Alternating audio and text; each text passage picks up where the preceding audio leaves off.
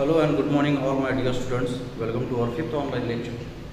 तसं विद्यार्थी मित्रांनो, आपण पाहतच आलेलो आहे की आपण पाहून राहिलो युनिट सॉलिड स्टेट. आणि आजचा आपला टॉपिक आहे number of particles and unit cell in X gram metallic crystal. याचा अर्थ असा की एक्स वाय झेड कितीही ग्रॅम जर एखादा मेटल असेल त्याच्यामध्ये युनिट सेल किती असायला पाहिजे, त्याच्यामध्ये पार्टिकल कसं असायला पाहिजे. बरं, त्याच्या आधी आपण असं बघू की याचं रिलेशन डेन्सिटीशी काय आहे. डेन्सिटी का बरं महत्त्वाची आहे, म्हणजे डेन्सिटीचा जो फॉर्म्युला आहे तो यूज करून आपण नंबर ऑफ पार्टिकल्स आणि नंबर ऑफ युनिट सेल कसे काढू.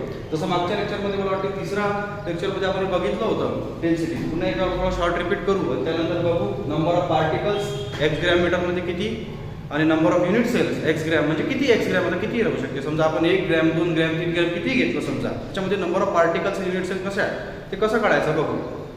सगळ्यात पहिले आपण पाहू डेन्सिटी. सगळ्यांना माहिती आहे डेन्सिटीचा फॉर्म्युला काय मित्रांनो, मास अपॉन व्हॉल्यूम. आपण जर डेन्सिटी युनिट सेलची काढत असाल तर आपण पाहिजे density of a unit cell हा रो आहे, rho. Mass of a unit cell and volume of a unit cell. मग mass of a unit cell कसा, mass of a unit cell म्हणजे small M into small m. मग आता small m म्हणजे काय, mass of one particle in the unit sale.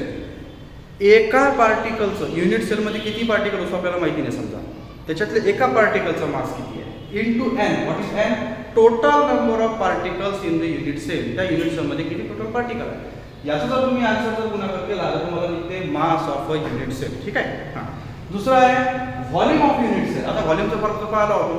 व्हॉल्यूमचा formula काय, length cube. म्हणजे आपण जसं पाहिलं होतं का a what is a is the edge length of unit cell. Hence a is the edge length. Length झाली एक प्रकारची क्यूब कहू व्हॉल्यूमचा फॉर्म्युला. आणि मग दोन्ही गोष्टी आपल्याला माहिती आहे, mass of unit cell, volume of unit cell. किंवा सगळं लक्षात ठेवायचं. बाकी सगळं मग कसं सिंपल करायचं मी सांगतो. हेन्स डेन्सिटी इक्वल्स टू म्हणजे रो इक्वल्स टू काय झालं मग सरळ सरळ मास ऑफ युनिट सेल म्हणजे काय झालं एम इंटू एम. आणि मग what is the volume of unit cell, a cube. This is your formula for the density of the unit cell. मग आता नवीन फॅक्टर आहे त्याच्यामध्ये मोलर मास, जो कॅपिटल एम आपण डिनोट करून राहिलो. मोलर मास म्हणजे काय, मोलर मास म्हणजे M into N A. What is that small m आपण पाहिलेला mass of one particle in unit cell. What is N A, N A is the average number. मी मागच्या वर्षी बोललो तुम्हाला हे दिलेलं आहे. आणि सिंपलच आहे तो आठवडा 6.02 पार्टिकल्स पर मोल.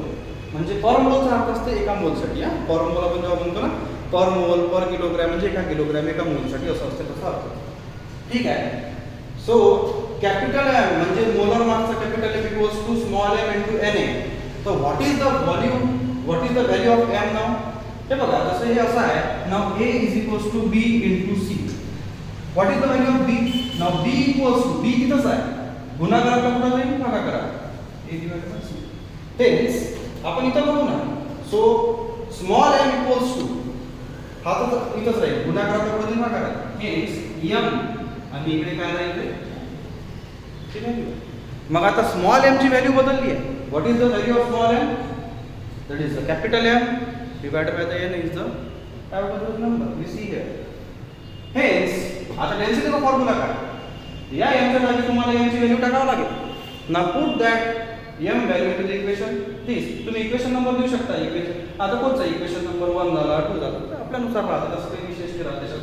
ना डेन्सिटी टू इक्वल्स टू काय झालं मग आता एमच्या जागी जसं आता आपण काय फॉर्म्युला बघा M into N divide by A cube. म्हणजे एमच्या जागी काय आहे, काय व्हॅल्यू एमची एम इंटू एन ए. लिहा पहिले एम गुणिला इकडे काय लिहायचं एन ए. गुणाकारच असतात त्याचं लिहिलं आहे नसलं लिहिलं तरी कितीतरी गुणाकारच असतं अशा कंडिशनमध्ये.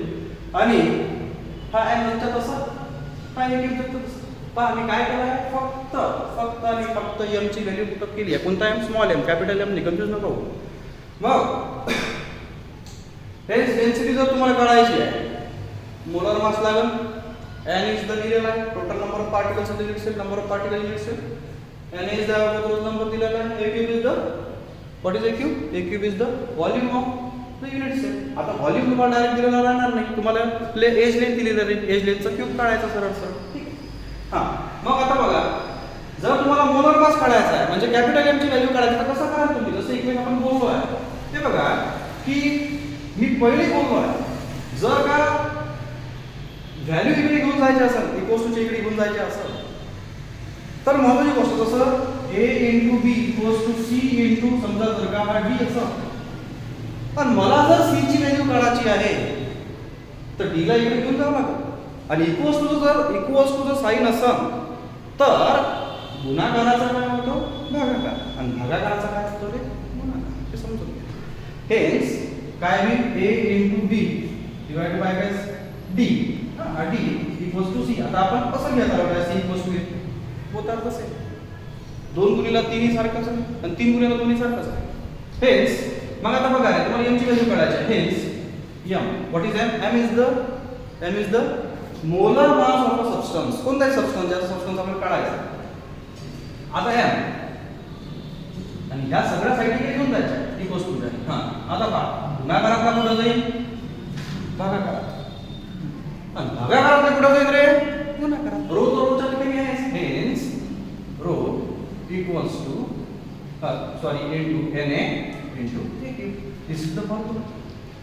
हे समजून आता हे तुम्हाला समजलं तर आपण पुढचं बघू. आता नंबर ऑफ पार्टिकल्स आणि युनिट्स. आता सोपंच आहे तुम्हाला हे समजून घ्या. किसकट काम करू नका. तुम्हाला समजून घ्यायचं आहे आणि समजणं महत्वाचं आहे बस. बाकी ते कसंही समजून घ्या हे तुमच्यावर डिपेंड आहे. ठीक आहे. हे एवढं 1 मिनिट आधी पहा. पुढचं बघतो मी. हे झाल्यानंतर सांगतो मी तुम्हाला नंबर ऑफ पार्टिकल्स कसे काढायचे. कोण घे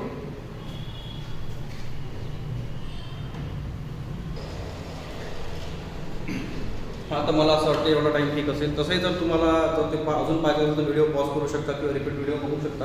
ठीक आहे. तर विद्यार्थी जसं आपण डेन्सिटी काढली त्यानंतर त्या फॉर्म्युलानुसार आपण काढणार आहे नंबर ऑफ पार्टिकल्स आणि युनिट्स. हे वेगवेगळं एक नाही आहे. हे बघा सगळ्यात पहिले काय करणार number of particles in x gram metal. याचा अर्थ असा XYZ मी एक्झाम्पल देतो. समजा 5 ग्रॅम Fe म्हणजे आयरन आहे.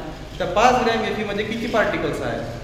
दुसरं पाहणार आहे आपण number of unit cells in x gram metal म्हणजे 5 ग्रॅम Fe एक्झाम्पल देतो. 5 ग्रॅम Fe म्हणजे आयरन आहे. त्याच्यामध्ये युनिट सेल किती असणार आहे. आणि तिसरा फॉर्म्युला आपला number of unit cells in volume of metal. बघू तर आपण पहिलं चालू करू.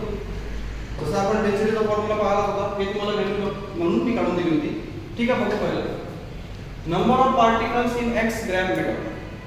आता सरळ आहे. नंबर ऑफ पार्टिकल्स काढण्याचा एक फॉर्म्युला आहे. सिंपल फॉर्म्युला समजून घ्या. Moles into Na. What is Na? Na is the average number. Moles म्हणजे नंबर ऑफ मोल्स. काय करा आपण नंबर ऑफ पार्टिकल्स काढण्याचा आपला फॉर्म्युला आहे moles into Na. Number of moles. मग नंबर ऑफ मोल्स कसं काढायचं तसं आपण पाहिला formula. Number of moles equals to mass upon molar mass. Mass आता ग्रॅम मध्ये XYZ आपण बोललो होता ना की x ग्रॅम मध्ये किती म्हणजे मास दिलेला आहे. समजून घ्या. आणि मोलर मास त्याचाच मोलर मास नाही तर ज्याचा मास घ्यायचा आहे त्याचाच मोलर मास घ्यायचा.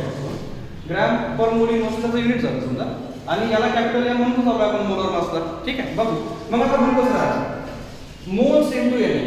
सगळं आता तुम्ही असंही करू शकता मोल्स इनटू Na. सरळ सरळ तुम्ही मोल काढून घ्या तर Na करा किंवा तुम्ही आता समजून घ्या इथं यानुसार. आता मोल्स म्हणजे काय होते मास इनटू मोलर मास. मग मास म्हणजे काय त्याचं समजा x काही ना काही असेलच इनटू काय झाला Na म्हणजे काय झाला ॲव्हरेज नंबर. मोलर मास म्हणजे काय कॅपिटल एम. तुम्ही असंही करू शकता. पहिले सरळ सरळ तुम्ही नंबर ऑफ मोल्स काढून घ्या आणि गुणाला मग Na करा. तोही सरळ तुम्हाला नंबर ऑफ पार्टिकल्स काढते. नंतर ती व्हॅल्यू पुट अपच करणार. किंवा मग असंही करा मास x ग्रॅम पहिला की त्याचा मास असेल त्या मेटलचं ॲव्हरेज नंबर तो माहितीच आहे दिलेलाच राहील आणि मोलर मास. मोलर मास जर असा तुम्हाला नाही दिलेला आहे समजा मोलर मास तुम्हाला काढणारच आहे.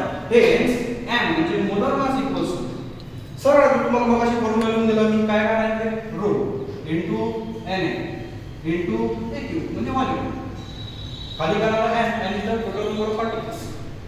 मग सरळ ती व्हॅल्यू पुट अप करू. आता मग बघा ना हेच आता सरळ सरळ व्हॅल्यू काढली नाही. मग आता याच्या जागी काय लिहिणार आहे आता ती व्हॅल्यू लिहिणार. बघा कसं नाव सरळ x इनटू Na. ठीक. डिवाइड बाय याच्या जागी काय काय केलं आता आपण m म्हणजे काय आलं now rho into Na into aq आणि डिवाइड बाय m.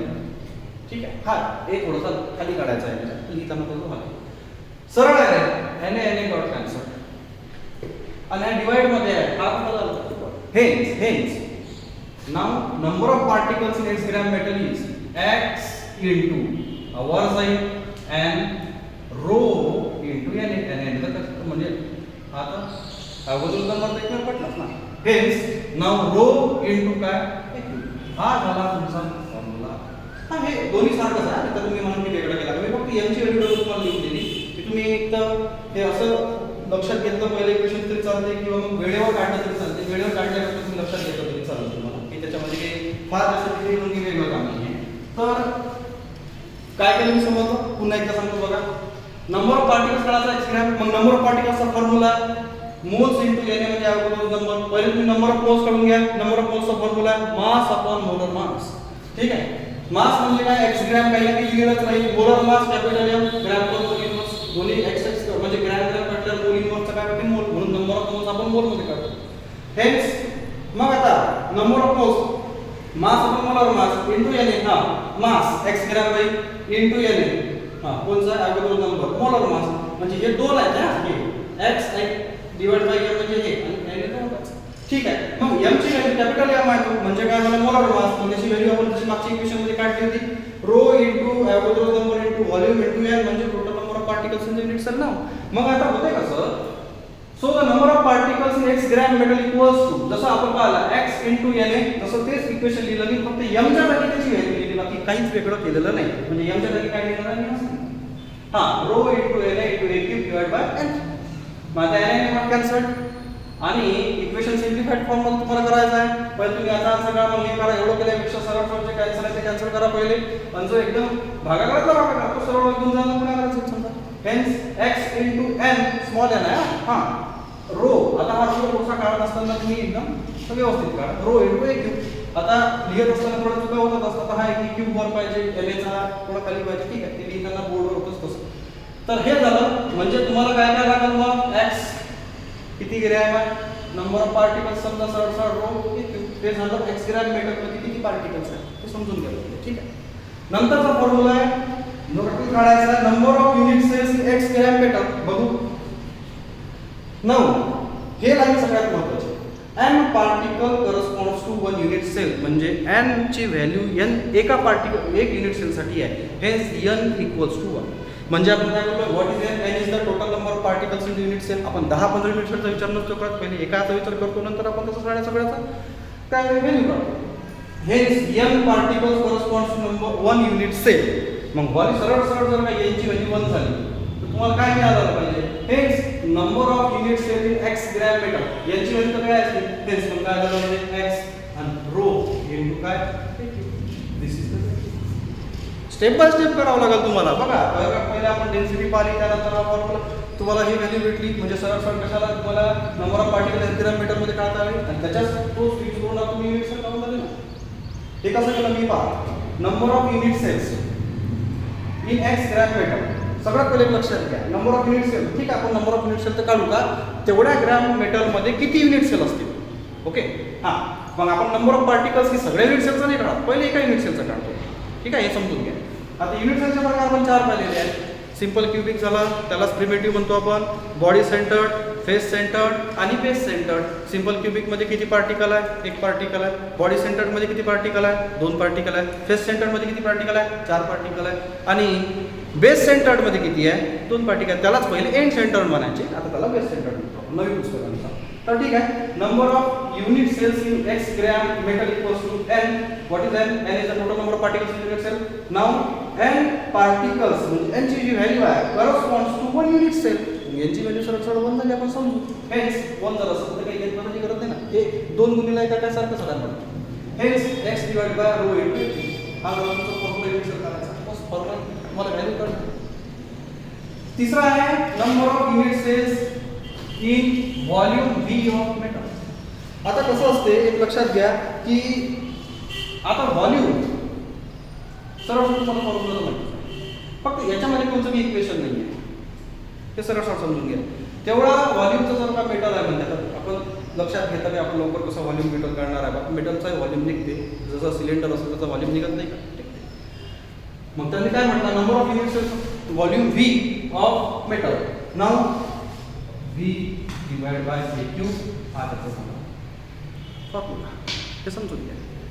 आणि अशा प्रकारे तुम्ही आज पाहिलं number of particles and units in x gram metallic crystal म्हणा किंवा मेटल म्हणा, आता हे सगळं विशेष नाही. ठीक आहे. तर तुम्हाला काही प्रश्न असेल तर विद्यार्थी मित्रांनो विचारत चला आणि मनमोकळेपणाने बोलत चला. आणि विशेष काय असते माहिती आहे, एक लक्षात घ्या, समजलं पाहिजे ते कसेही तुम्हाला समजू, भले तुम्ही नंतर ते इंग्लिशमध्ये कन्वर्ट करा.